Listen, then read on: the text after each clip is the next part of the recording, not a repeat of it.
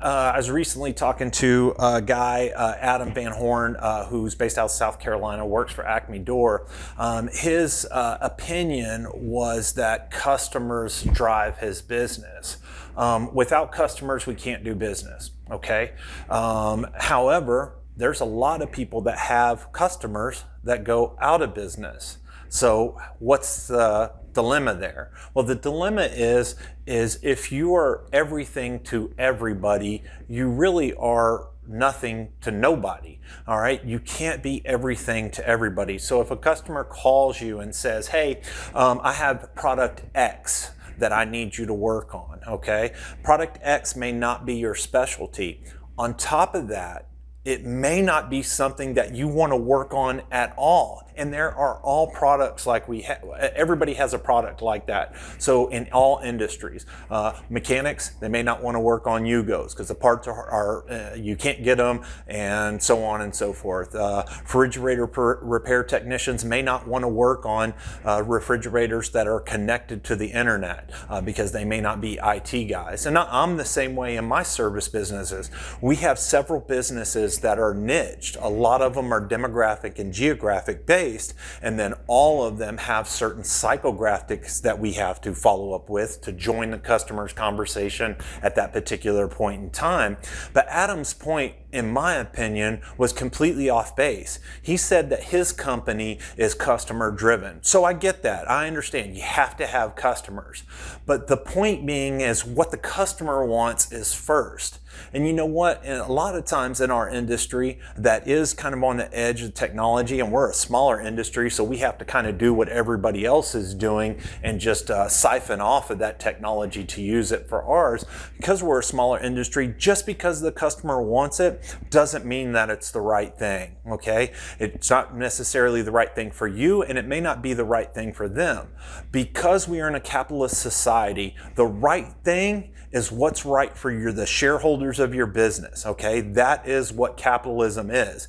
It's ethically what is best for the shareholders, okay? I know that's tough to realize for some people. Oh, the customer comes first, the customer's always right. Well, guess what? The customer doesn't always come first. If it's the difference between you going out of business and the customer being absolutely happy with a product that you didn't want to service and deal with them in a place that they weren't geographically comfortable to you, and they were not positive or nice to you, those are the three things that we got to worry about. Demographics, geographics, psychographics. You know, you've got all of those things that are going against you, but you're going to be able to go at the end of the day and say, I took care of my customer. Well, did you really? If you didn't take care of the business, that's the primary reason you're in business, Adam. The reason why you're in business is to satisfy the shareholders. If you're saying that your business, which is what you said, that is customer driven, that's ridiculous. Customer acquisition is a 10 times bigger priority than customer service. Customer service is easily accomplished by adding adding programs in place that handle all that scripted, just like a robot would. You hand them a sheet of paper saying, these are the 10 things that we're going to do today. If I don't handle any of these things, you call my supervisor right on that. It's not making this stuff as you go on. You set up a program in place, and then that takes care of itself. But without customer acquisition, there is no business. Even if you had a 0.0005 rate of diminishing customers, at some point in time, you're gonna run out of customers. People move, people die, people don't like your service, people don't like your technicians, you're no longer licensed in that city, and so on and so on. So if you're not handling the attrition rate of your business, taking care of customer acquisition, then how is your business customer service driven? And it's not. And that's what you have to understand. You can't point out other people's flaws, and you can't say that this is the reason that we're successful and assume that's going to work for everybody, because it's not. And I've talked to plenty of people who run mastermind classes, who runs business groups, and they all suggest if you're for everybody, you're actually for nobody. You need to, at some point and time, determine where you want to work, with who you want to work, and where you want to be in that conversation when you talk to them.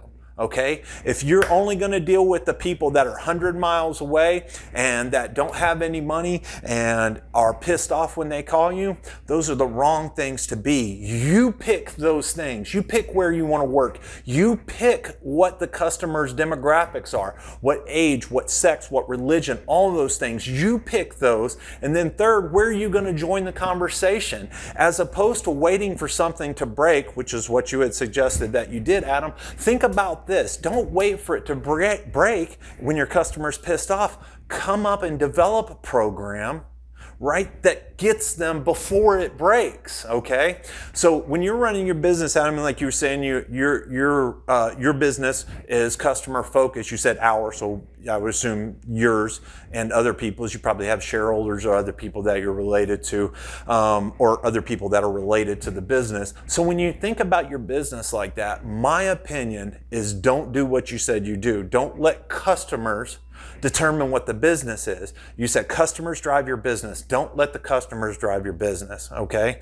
Let marketing tools and procedures drive and customer acquisition drive the business, and then have systems in place, all right, that follow up on all the other stuff, the fulfillment part of it, for the customer service part of it, and let that handle itself. And if you write systems in place and measure and track it and optimize it after you get all that stuff, you'll be a lot better off than letting customers drive your business.